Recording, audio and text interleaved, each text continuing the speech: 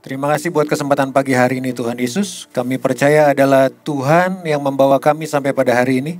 Tuhan pula yang akan mencukupkan segala keperluan kami. Tuhan yang akan menguatkan setiap kami yang datang, yang menyaksikan dengan beban berat, dengan keletihan yang sedang kami alami.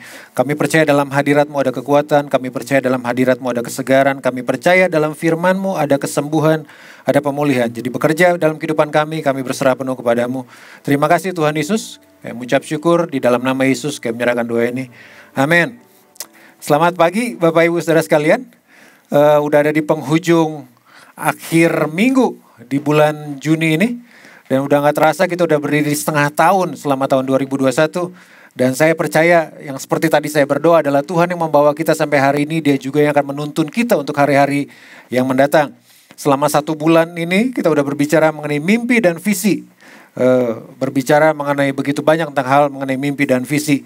Dan kalau bicara mengenai mimpi kan itu adalah hal yang sangat familiar dalam kehidupan kita manusia ya. Saya ingat ada satu perusahaan otomotif mobil yang punya tagline, yang punya semboyan The Power of Dream katanya, kekuatan sebuah mimpi. Atau ada juga sebuah perusahaan film yang salah satu yang terkenal disebutnya dengan DreamWorks, bahwa mimpi itu bisa bekerja dalam kehidupan kita semua. Ya, kita akan bicara mengenai mimpi dan visi pada kesempatan pada hari ini khususnya di minggu yang terakhir di bulan Juni ini tanggal 27. Mari kita buka Kisah Para Rasul pasal yang kedua, ayat yang ke-17. Saya akan mulai dari sana buat Bapak Ibu Saudara sekalian. Kisah Para Rasul 2 ayat yang ke-17, akan terjadi pada hari-hari terakhir. Demikianlah firman Allah, bahwa aku akan mencurahkan rohku ke atas semua manusia. Maka anak-anakmu laki-laki dan perempuan akan bernubuat, dan teruna-terunamu akan mendapat penglihatan-penglihatan. Dan orang-orangmu yang tua akan mendapat mimpi. Nah, kita udah dengar ayat ini karena kita udah melalui tentang ibadah Pentakosta beberapa waktu yang lalu. Bahwa ini berbicara mengenai Pentakosta. 2000 tahun yang lalu kejadian Pentakosta bahwa Tuhan, Petrus berkhotbah. Dan untuk khotbahnya ini 3.000 orang terima Tuhan Yesus, bertobat terima Tuhan Yesus. Dan salah satu dari bagian khotbah yang pertama dia berkata bahwa dia menulis kembali apa yang kitab Yoel tulis. Dia membicarakan itu kembali. Dia berkata bahwa akan terjadi pada hari terakhir bahwa Tuhan akan mencurahkan rohnya atas semua manusia. Nah, yang menarik adalah begini. Yang menarik adalah ketika memulai masa Pentakosta, ketika memulai permulaan masa Pentakosta tersebut, dia kutip ayat tersebut dan dia berkata bahwa Tuhan akan mencurahkan rohnya. Nah, waktu Tuhan mencurahkan rohnya, yang menarik adalah gini, ke atas semua manusia, anakmu laki-laki dan perempuan akan bernubuat, teruna-terunamu itu bicara orang-orang muda akan mendapat penglihatan, orang-orangmu yang tua akan mendapat mimpi. Orang-orang muda mendapat visi, penglihatan, orang-orang tua akan mendapat mimpi. Kemudian saya berpikir, kenapa harus hal ini sih yang Roh Kudus lakukan waktu dia memulai masa Pentakosta tersebut, memulai pencurahan tersebut. Jadi bukan sekedar berbicara mengenai bahasa roh, tapi yang dia lakukan adalah gini, dia beri orang-orang muda visi, dia beri orang-orang tua mimpi. Merujuk pada satu alasan yang pertama, yang saya dapatkan secara pribadi, kenapa Roh Kudus beri mimpi, kenapa Roh Kudus beri visi buat orang tua, kemudian dan orang muda. Yang pertama yang penting adalah kayak begini, jangan lupa loh, ya hal yang paling penting ini, Tuhan punya mimpi buat hidup kita. Artinya kita punya mimpi. Betul, kita sendiri masing-masing manusia punya mimpi. Tapi saudara perlu mengerti bahwa Tuhan pun punya mimpi buat hidup kita. Ada mimpinya Tuhan yang Tuhan taruh dalam hidup saya dan saudara loh. Dalam hidup semua manusia yang hadir ke dunia. Lagi sekali yang pertama, Roh Kudus itu bekerja dalam kehidupan saya dan saudara. Karena apa? Karena Tuhan taruh mimpinya dalam hidup kita. Bayangin hidup kita kalau saudara lihat berkaca pada diri saudara, ada mimpinya Tuhan di sana. Dan kenapa Roh Kudus waktu hal pertama dia berikan visi dan mimpi kembali kepada orang-orang muda dan orang-orang tua untuk kembali pada begini, untuk menyadarkan kita kembali. Ada mimpinya Tuhan, ada visinya Tuhan, atau ada tujuannya Tuhan dalam kehidupan saya dan saudara. Untuk berhenti pada di situ aja itu bisa merobek, bisa merobek semua paradigma yang salah dalam kehidupan kita. Kita hidup tuh ada mimpinya Tuhan loh. Ada visinya Tuhan dalam kehidupan kita. Dan waktu Roh Kudus itu turun, dia bukan sekedar membuat kita bisa berbicara dalam bahasa roh, tapi dia menyadarkan kita kembali. Dia seperti membakar kita kembali, mengembalikan kita kembali. Ada mimpi dan visinya Tuhan dalam kehidupan setiap manusia. Itu sebabnya ketika dia mencurahkan rohnya, hal yang pertama yang dia berikan, menyadarkan kita kembali ada mimpinya Tuhan dalam kehidupan kita semua. Dan mimpinya Tuhan is the most valuable things in our life. Mimpinya Tuhan adalah hal yang paling berharga, hal yang paling penting yang ada dalam setiap kehidupan manusia. Makanya saya mengerti Amsal 29 yang ke-18 berkata gini, bila tidak ada wahyu, menjadi liarlah rakyat. Pastor Arief udah khotbahkan ini di minggu yang pertama. Bapak Ibu harus dengar itu khotbah karena itu memberikan gambaran, memberikan dasar akan beberapa waktu ke depan yang akan kita bicara mengenai mimpi dan visi. Dan itu akan memberi landasan buat kita berpijak. Beliau udah bicara di sana Amsal 29:18 bila tidak ada wahyu menjadi liarlah rakyat. Alkitab bahasa Inggris berkata bila tidak ada visi umat binasa. Setiap kita binasa. Yes, bila nggak memiliki mimpi daripada Tuhan, bila nggak menemukan mimpi dan Tuhan dalam kehidupan kita semua, orang akan binasa. Because apa? Karena apa? Karena mimpi adalah mimpinya Tuhan adalah the most valuable things in our life. Itu hal yang paling berharga dalam kehidupan. Dan itu yang Roh Kudus kerjakan pertama. Waktu dia mencurahkan, waktu dia datang dalam hidup kita, waktu bukan sekedar saudara berbicara dalam bahasa roh, itu sangat penting, tapi dia mengembalikan kita kembali pada sebuah kesadaran, pada sebuah pengertian. Ada hal yang penting yang Tuhan taruh dalam hidup kita yang disebut dengan mimpinya Tuhan. Bukan sekedar kita bermimpi, Tuhan juga punya mimpi loh. Dan mimpinya itu udah Tuhan install, udah Tuhan download dalam hati saya dan saudara. Waktu kita nggak menemukan itu, Alkitab makanya tadi tulis, menjadi liar, menjadi binasa umat manusia. Hal pertama, kenapa Roh Kudus buat itu adalah karena Tuhan memberikan mimpinya dalam kehidupan kita semua. Pengkhotbah 3 ayat yang ke-11 berkata gini. Ia Tuhan membuat segala sesuatu indah pada waktunya. Bahkan ia memberikan kekekalan dalam hati mereka. Kenapa saya harus beritahu bahwa ada mimpi Tuhan dalam kehidupan kita semua? Alkitab berkata gini pengkhotbah. Ia Tuhan membuat segala sesuatu indah pada waktunya. Bahkan Tuhan memberikan kekekalan dalam hati mereka. Saya dan saudara diciptakan untuk kekekalan. We were created for eternity. Kita itu diciptakan untuk kekekalan. Karena kita manusia diciptakan untuk kekekalan. Tidak ada satupun yang ada di dunia ini, yang hadir di dunia ini yang bisa memuaskan saya dan saudara. Gak ada satupun. Kenapa? Karena kita memang diciptakan untuk kekekalan. Punya pengertian saudara dan saya akan menikmati, akan mencapai pada puncak kegairahan dalam kehidupan ketika kita bertemu dengan sang kekal itu sendiri, yaitu Tuhan Yesus. Makanya Roh Kudus datang ke dalam kita untuk dia menyalakan kembali mimpinya Tuhan. Karena ketika kita mengikuti mimpinya Tuhan, kita sedang berjalan pada kehendak tujuan yang Tuhan inginkan dalam kehidupan. Dan waktu saya dan saudara berjalan pada mimpinya Tuhan, di sanalah kenikmatan hidup yang sesungguhnya. Di sanalah kenikmatan yang sejati justru yang sesungguhnya.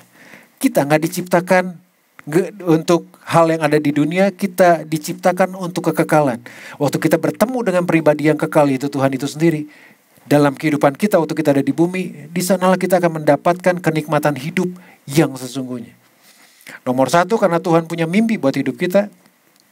Yang kedua, karena Tuhan adalah Tuhan yang besar dalam kehidupan. Mimpi yang dia taruh dalam diri kita adalah mimpi yang lebih besar daripada kehidupan kita. Nomor dua, mimpinya Tuhan selalu lebih besar daripada hidup kita. Karena Tuhan adalah Tuhan yang besar, mimpi yang dia taruh juga menjadi mimpi yang besar dalam kehidupan kita. Dan mimpinya lebih besar daripada hidup kita itu sendiri. Bukan berarti kemudian saudara setiap kita dipanggil menjadi presiden, bukan sekedar itu aja berbicara. Tapi menjadi ayah yang terbaik, menjadi suami yang terbaik, menjadi ibu yang terbaik, menjadi karyawan yang terbaik, menjadi istri atau suami yang terbaik. Itu adalah salah satu bagian dari mimpi yang Tuhan taruh loh dalam kehidupan kita. Mimpi itu harus berbicara lebih besar daripada hidup kita hari ini. Itu yang kedua, mimpinya Tuhan akan selalu lebih besar daripada hidup kita. Yang ketiga, yang menarik adalah di tadi kisah para rasul yang pasal yang kedua yang kita sebutkan. Tuhan akan mencurahkan rohnya atas semua manusia, maka anakmu laki-laki dan perempuan akan bernubuat. Teruna-terunamu akan mendapat penglihatan, orang-orangmu yang tua akan mendapat mimpi. Nubuat, penglihatan, dan mimpi itu kan bicara mengenai masa depan. John Maxwell selalu kali terjemahkan kata mimpi. Dia bilang mimpi itu adalah inspiring picture of the future. Bahwa sebuah gambar yang menginspirasi mengenai masa depan. Betul, nubuat, mimpi, dan penglihatan selalu bicara mengenai masa depan. Dan hal yang ketiga, poin yang ketiga kenapa waktu Roh Kudus dicurahkan dalam kehidupan kita semua. Dia berikan mimpi dan penglihatan. Hal yang ketiga adalah gini, untuk membuat kita menyadarkan kita kembali bahwa mimpinya Tuhan selalu menuntun pada masa depan yang terbaik yang kita miliki. Nubuat, penglihatan, dan mimpi itu selalu berbicara mengenai masa depan. Saudara perlu mengerti, waktu Petrus berbicara mengenai hal ini, Israel waktu itu sedang dijajah oleh bangsa Romawi. Waktu dia berbicara mengenai kayak gini. Jadi waktu Tuhan mencurahkan rohnya, waktu pada saat itu adalah posisinya Israel sedang dijajah oleh bangsa Romawi. Ya pertanyaannya gini, waktu saudara dijajah, dalam posisi sedang dijajah, posisi sedang menjadi budak, apakah ada kepikiran mengenai masa depan yang terbaik? Enggak pernah. Pastor Arif juga khotbahkan minggu yang pertama, beliau kutip Yeremia pasal 29 ayat ke-11. Saya pikir itu ayat sangat familiar. Bahwa Tuhan merancangkan masa depan yang penuh dengan harapan. Bukan masa depan kecelakaan, tapi masa depan yang penuh dengan harapan. Yeremia tulis itu untuk orang-orang Israel yang sedang dalam pembuangan di Babel, kalau nggak salah. Saudara bayangin, untuk orang-orang Israel yang sedang terbuang di penjajahan, sedang diperbudak di sana, Yeremia kirimkan perkataan daripada Tuhan, ada masa depan yang terbaik, walaupun mereka sedang berada dalam perbudakan. Hari ini mungkin kita nggak ada dalam masa perbudakan. Hari ini kita mungkin nggak dijajah secara bangsa seperti dijajah. Tapi berapa banyak dari kita sedang dijajah oleh ketakutan hari ini? Berapa banyak di antara kita sedang dijajah dengan kekhawatiran? Berapa banyak di antara kita sedang dijajah oleh sakit hati, oleh kekecewaan, oleh begitu banyak hal yang sedang menekan kehidupan kita semua. Itu sebabnya Roh Kudus tercurah 2000 tahun yang lalu dan dia masih melakukan itu sampai dengan hari ini. Dia berikan mimpi itu dalam kehidupan saya dan saudara untuk memberitahu buat kita bahwa hey, ada masa depan terbaik yang Tuhan sudah siapkan buat kita semua. Masa depan yang Tuhan persiapkan selalu masa depan yang terbaik. Kalau kita sedang berhadapan dengan kesukaran, dengan sepertinya dibelit, ditindas oleh begitu banyak hal yang terjadi sampai hari ini, kebingungan yang melanda, percayalah, pegang ini sama-sama. Saya perlu pegang ini sama-sama juga, bahwa masa depan yang Tuhan berikan, mimpinya Tuhan adalah begini. Masa depan yang dia berikan buat kita anak-anaknya adalah selalu masa depan yang terbaik. Penuh dengan harapan, penuh dengan kegemilangan. Gak peduli apa yang sedang kita hadapi saat ini, masa depan kita selalu masa depan yang terbaik. Pernikahan kita selalu menjadi pernikahan yang terbaik karena ada mimpinya Tuhan di sana. Keluarga kita memiliki masa depan yang terbaik karena ada mimpinya Tuhan di sana. Usaha saudara, apapun juga yang saudara lakukan, kalau ada mimpinya Tuhan di sana, dia memastikan bahwa dia make sure bahwa yang dia berikan dalam kehidupan kita adalah selalu masa depan yang terbaik. Tuhan gak pernah kasih kita yang baik. Dia selalu kasih kita yang terbaik. Itu sebabnya Roh Kudus menuntun kehidupan saya dan saudara. Dicurahkan 2000 tahun yang lalu. Untuk kita semua menyadarkan kita kembali bahwa masa depan yang kita miliki hari ini adalah masa depan yang terbaik yang Tuhan sudah sediakan. Mimpi daripada Tuhan selalu memberikan masa depan yang terbaik. Nah, kembali lagi. Kita ambil sebuah contoh yang ada ditulis di Alkitab, sebuah tokoh di Alkitab.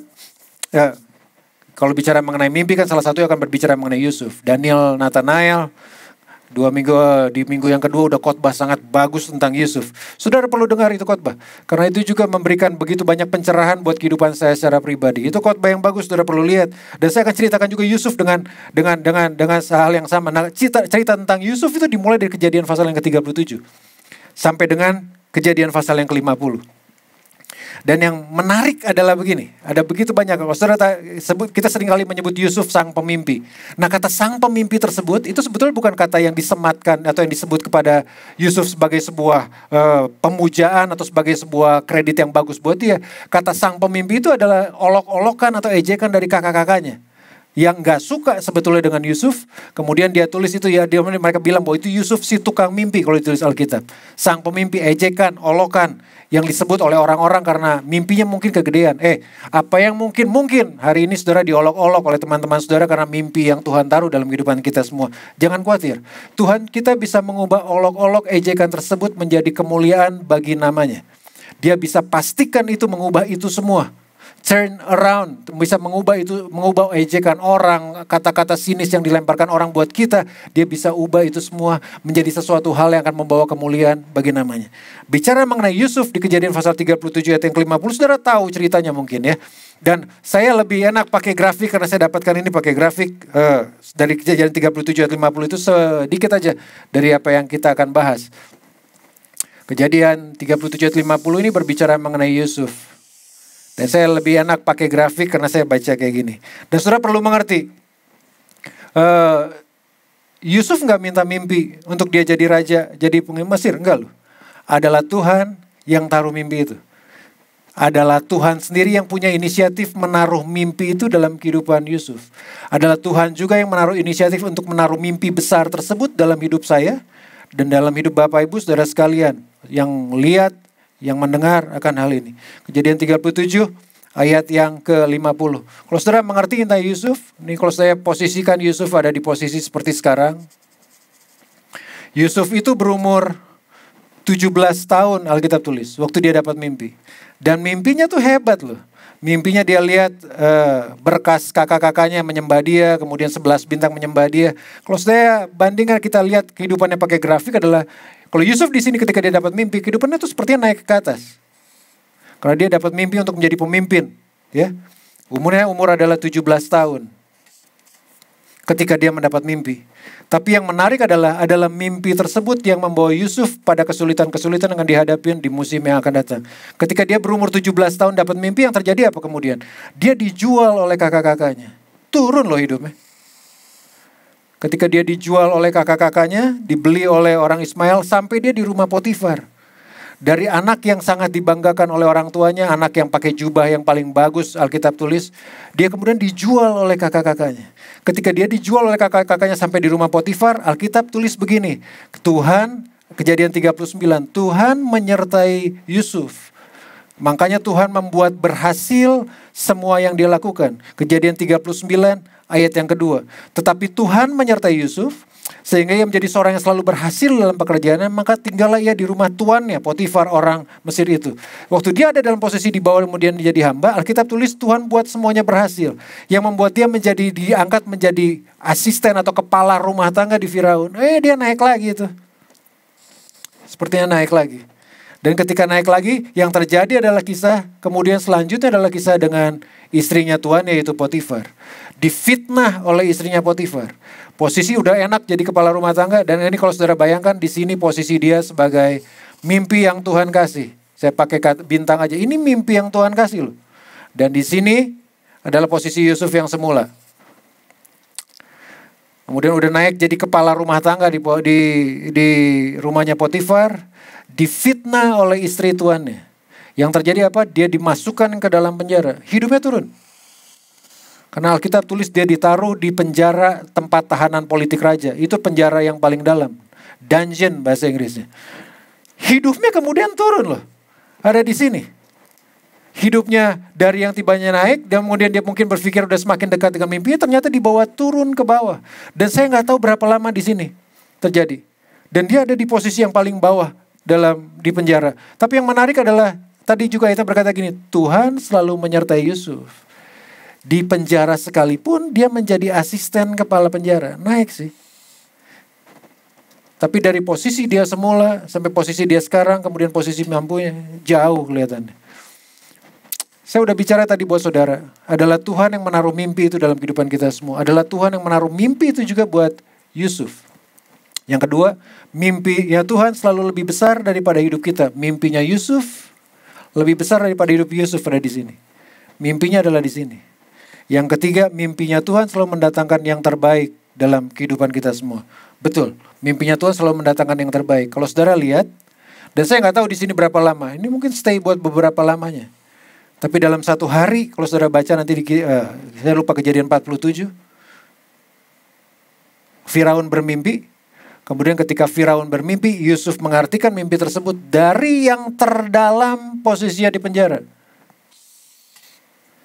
Sampai jadi orang nomor 2 di Mesir dalam posisi sehari. Adalah mimpi yang membawa Yusuf pada kesulitan-kesulitan ini. Adalah mimpi pula yang membawa Yusuf naik menggapai apa yang sudah Tuhan taruh dalam kehidupannya. Dan Tuhan di posisi dia menjadi raja itu adalah, jadi orang nomor 2 di Mesir adalah 30 tahun. Ada waktu sekitar 13 tahun. Nah, dapatin ini saudara. Yang kita lihat adalah Yusuf ketika mendapat mimpinya Tuhan, kehidupannya turun ke bawah. Ini kalau saya tulis ini adalah waktu kehidupan. Sementara di sini adalah kualitas kehidupan. Ketika Yusuf dapat mimpi, kualitasnya ada di posisi sini. Ketika Yusuf memenuhi mimpi Tuhan menjadi raja, kualitasnya udah naik di atas. Yang kita lihat adalah begini. Yang kita lihat adalah kesulitan-kesulitan yang terjadi dalam hidupnya Yusuf. Ya betul, dia dialami, difitnah, dihina, direndahkan orang. Bahkan di titik di sini ketika dia menerjemahkan mimpi juru makanan minuman, dilupakan oleh orang jasanya. Saudara bayangin, saudara tolong orang, kemudian orang tersebut melupakan jasa saudara. Ini udah komplit nih penderitaan di sini. Tapi yang kita lihat adalah jalannya turun ke bawah. Yang kita nggak lihat, yang Tuhan sedang kerjakan dari sini.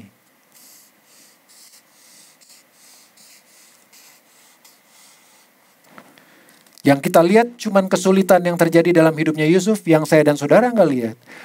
Yang Tuhan sedang kerjakan, Tuhan sedang menaikkan kualitas kehidupannya Yusuf untuk sampai di sini. Waktu Yusuf dapat mimpi, misalnya di umur 17 tahun, kemudian dia nggak kemudian serta-merta besoknya kemudian dia jadi raja. Kenapa dia nggak jadi raja? Karena kualitas kehidupannya belum sampai untuk jadi raja. Yang menarik adalah kayak gini loh. Tuhan itu bisa memakai kesulitan yang terjadi dalam kehidupan kita, menjadikannya sebuah kesempatan untuk meningkatkan kualitas hidup kita. Lagi sekali, Tuhan itu bisa memakai kesulitan-kesulitan yang kita hadapi, yang terjadi dihadapin ini yang kelihatan sepertinya membuat kehidupan kita ada di bawah. Tuhan bisa pakai kesulitan-kesulitan tersebut menjadi sebuah kesempatan untuk meningkatkan kualitas kehidupan kita. Hanya Tuhan yang mampu mengubah kesulitan menjadikan kesempatan untuk kita naik level hidupnya di atas. Cuman Tuhan yang bisa lakukan itu. Hanya Tuhan yang bisa mengubah kesulitan, yang bisa memunculkan yang terbaik. Cuman Tuhan yang bisa memunculkan yang terbaik, memakai kesulitan untuk memunculkan yang terbaik dalam kehidupan kita semua. Saudara perlu mengerti lah, kalau saudara punya permata yang saudara miliki, kenapa itu begitu mahal harganya? Dia mahal harganya karena digesek sampai memunculkan sampai kilaunya permata itu kemudian bersinar dalam kehidupan kita semua. Dan seringkali saya menemukan bahwa Tuhan seringkali memakai kesulitan ini untuk meningkatkan kualitas kehidupan. Betul. Waktu saudara bayangin gak? Dia dihianati oleh saudaranya, dibenci oleh saudaranya, difitnah oleh atasannya. Kemudian dia diremehkan oleh orang lain. Kemudian ketika dia berbuat baik, dia gak dianggap. Itu semua kesulitan yang sedang terjadi ini sedang meningkatkan kualitas kehidupannya Yusuf, supaya Yusuf mimpinya tercapai. Karena kualitas hidupnya sampai di sini. Yang kita lihat sebagai jalan turun ke bawah, yang Tuhan kerjakan adalah membuat anak tangga untuk kualitas kehidupannya naik ke atas. 3 hal tadi saya sebutin buat saudara. Adalah mimpi, Tuhan punya mimpi dalam kehidupan saya dan saudara. Mimpinya Tuhan. Kedua, mimpinya Tuhan selalu lebih besar daripada hidup saya. Yang ketiga, mimpinya Tuhan selalu merancangkan yang terbaik dalam kehidupan kita semua. Ada waktu 13 tahun. Dari umur 17 sampai dengan umur 30.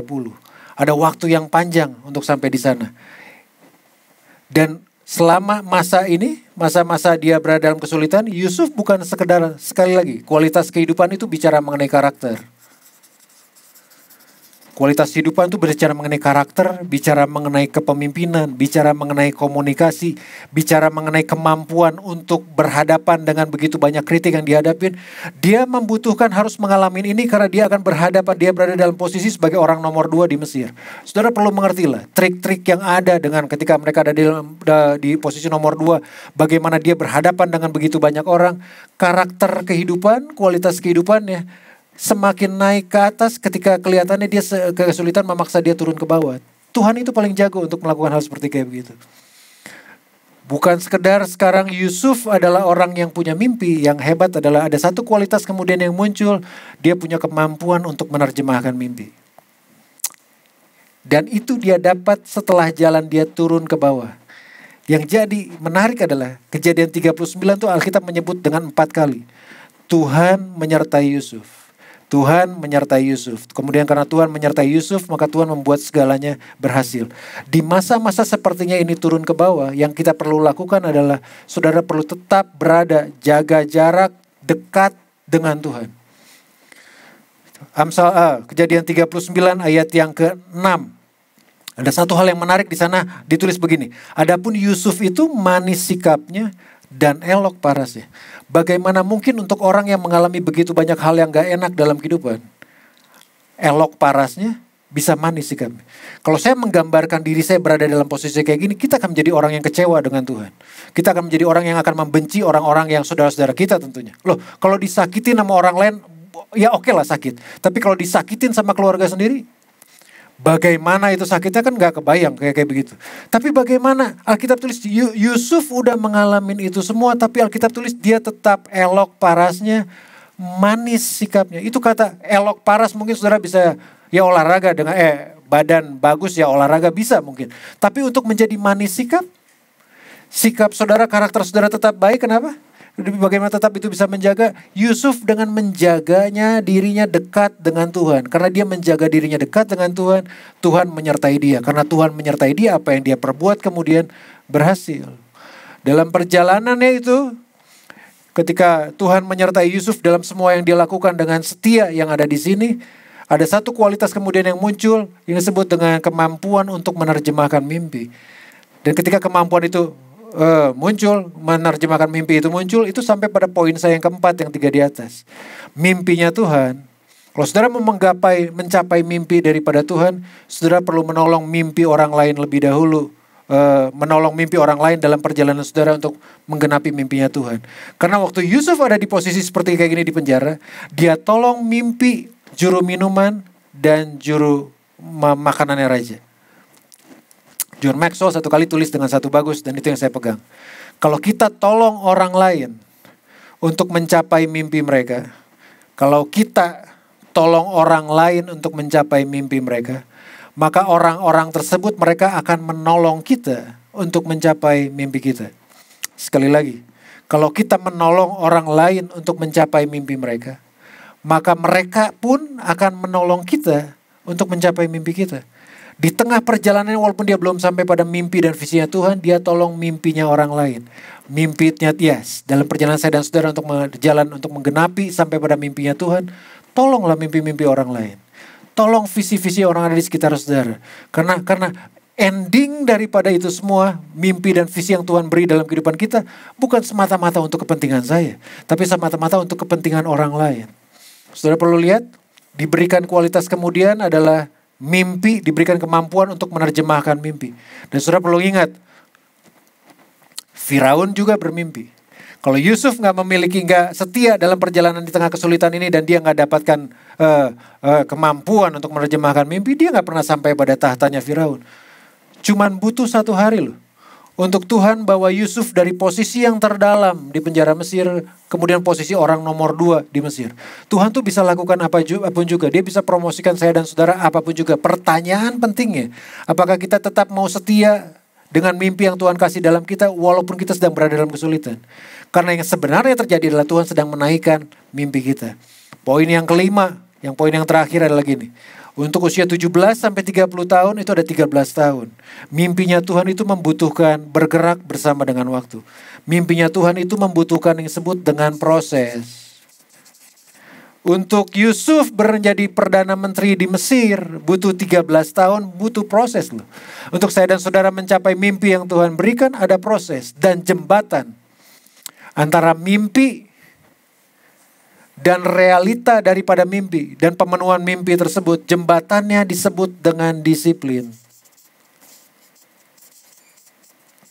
Disiplin adalah jembatan antara mimpi yang saudara miliki sekarang dengan realisasi mimpi tersebut di waktu yang kemudian. Yusuf harus disiplin dengan hubungannya dengan Tuhan. Yusuf harus disiplin untuk menjaga visi yang Tuhan beri dalam kehidupannya. Yusuf harus disiplin untuk menjaga hatinya gak tercemar dengan kekecewaan. Yusuf harus disiplin untuk menjaga hatinya untuk gak tercemar dengan ketakutan, gak tercemar dengan kemewahan yang ada di Mesir, dengan kesulitan-kesulitan yang sedang dihadapin. Yusuf harus jaga dirinya. Disiplin is the key. Disiplin adalah kunci antara mimpi sampai pada pemenuhan mimpi yang Tuhan beri dalam kehidupan. Sekali lagi, yang nomor 5, mimpi itu membutuhkan proses. Dan disiplin adalah kuncinya. Saya akan selesai untuk beberapa saat kemudian. Kalau kayak begitu jadinya, yang kita butuhkan sementara kita berjalan dalam mimpi dan realitas daripada mimpi, cuman Tuhan yang kita butuhkan satu-satunya. Disiplin ini perlu kita butuhkan satu-satunya. Ya saudara, kalau baca ini kan bukan seperti baca pergerakan saham atau bicara mengenai Bitcoin dan cryptocurrency, walaupun mungkin bisa kayak begitu juga sih. Tapi mengertilah sesuatu. Mengertilah sesuatu. Semua tokoh di Alkitab, hampir sebagian besar akan selalu berhadapan dengan downturn kayak begini nih. Hal yang turun. Daud ditulis mukanya kemerah-merahan ketika dia diurapi menjadi raja. Dibutuhkan berapa belas tahun kemudian menjadi posisi sebagai raja.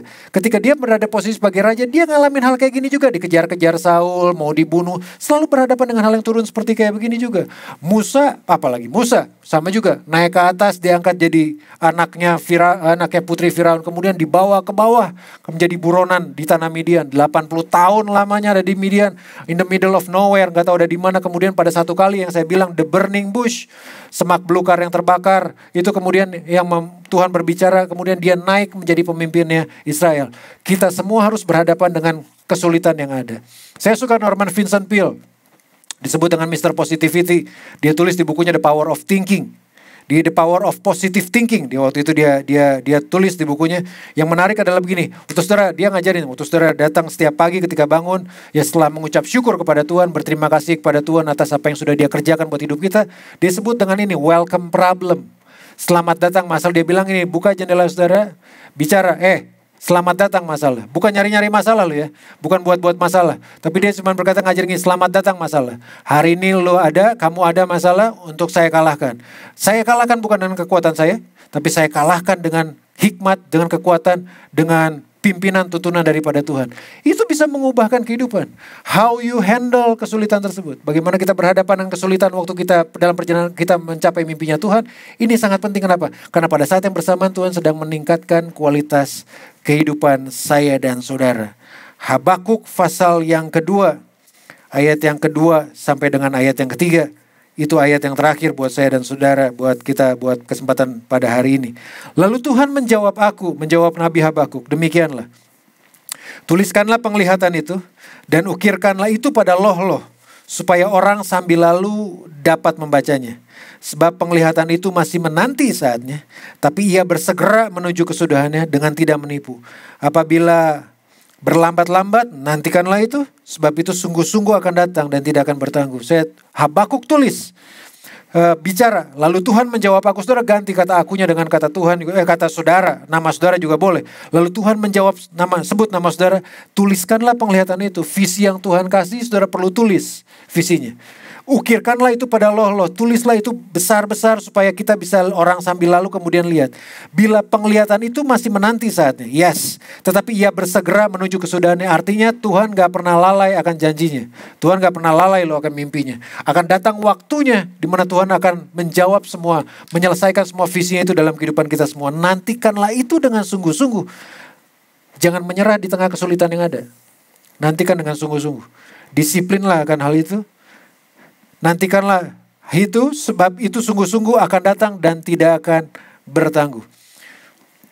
Kalau Tuhan udah mulai mimpi itu dalam kehidupan kita semua, izinkan dia juga menyelesaikannya buat kita. Bagian kita adalah terbuka lebar, menyerah kepada Tuhan, disiplin akan apa yang sudah Tuhan beri dalam kehidupan kita. Waktu Tuhan berikan mimpi itu, Tuhan butuh kerjasama kita untuk menjadi taat, mentaati, untuk kemudian menjalani mimpi yang Tuhan beri dalam kehidupan kita semua. Inti daripada mimpinya Yusuf bukan sekedar Yusuf jadi orang nomor 2 sebagai Perdana Menteri, enggak loh. Kejadian pasal 50, belum beres kalau gitu. Kejadian pasal 50 ayat yang ke-20, ini ayat yang terakhir. Memang kamu telah meraka-rakakan yang jahat terhadap aku, tetapi Allah telah meraka-rakakannya untuk kebaikan. Sepertinya ini adalah hal yang jahat. Tapi Tuhan meraka-rakakannya untuk kebaikan dengan maksud melakukan seperti yang terjadi sekarang ini, yaitu memelihara hidup suatu bangsa yang besar. Mimpinya Yusuf bukan sekedar dia jadi orang nomor 2 di Mesir. Mimpinya Yusuf, mimpinya Tuhan yang Tuhan beri buat Yusuf adalah untuk dia memelihara hidup bangsa Israel. Menyentuh kehidupan orang lain dalam kehidupan kita semua.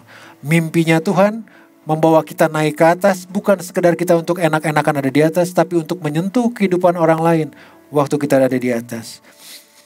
John Maxwell tulis, dan ini kutipan yang terakhir, dia tulis dengan sangat bagus di Instagramnya. The world is not looking for more dreamers. It is looking for more dream makers. Dunia gak mencari orang-orang yang bermimpi aja. Tapi dunia mencari orang-orang yang mengerjakan, menyelesaikan mimpinya tersebut. Apa yang sedang menjadi mimpi Tuhan buat saudara? Kalau saudara belum temukan, cari. Kalau saudara udah temukan, tulis. Itu lebar-lebar, disiplin untuk mengikuti apa yang Tuhan inginkan. Walaupun mungkin kesulitan sepertinya terjadi, tapi percayalah, ketika kesulitan itu kita laluin bersama dengan Tuhan, Tuhan sedang menaikkan karakter dan kualitas kehidupan kita untuk naik ke atas. Janjinya adalah, kamu jadi kepala, bukan jadi ekor.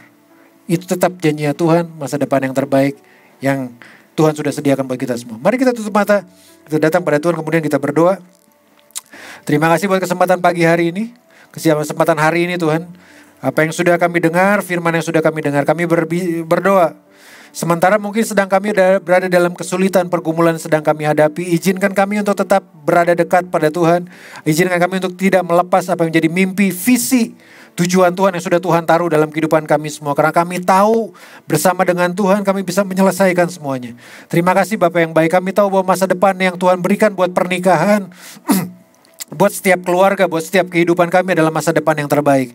Kalaupun mungkin sekarang sepertinya kami sedang berada dalam kesulitan-kesulitan yang dihadapin, sementara kami menjalani visinya daripada Tuhan, kami tahu deep inside, jauh di dalam kehidupan kami Tuhan sedang membangkitkan, meningkatkan karakter-karakter Tuhan, kualitas-kualitas Tuhan dalam kehidupan kami semua. Karena kami tahu bukan sekedar good quality, tapi God's quality, kualitasnya Tuhan yang sedang Tuhan bangun dalam kehidupan kami semua. Terima kasih Tuhan Yesus. Sekali lagi kami menyerahkan semua ini ke dalam tangan kuasa-Mu. Berkati kami yang mendengar, menyaksikan pada saat ini. Tuhan akan berbicara buat kami masing-masing. Dalam nama Yesus kami menyerahkan ini, kami ucap syukur. Amin. Tuhan memberkati Bapak Ibu Saudara sekalian.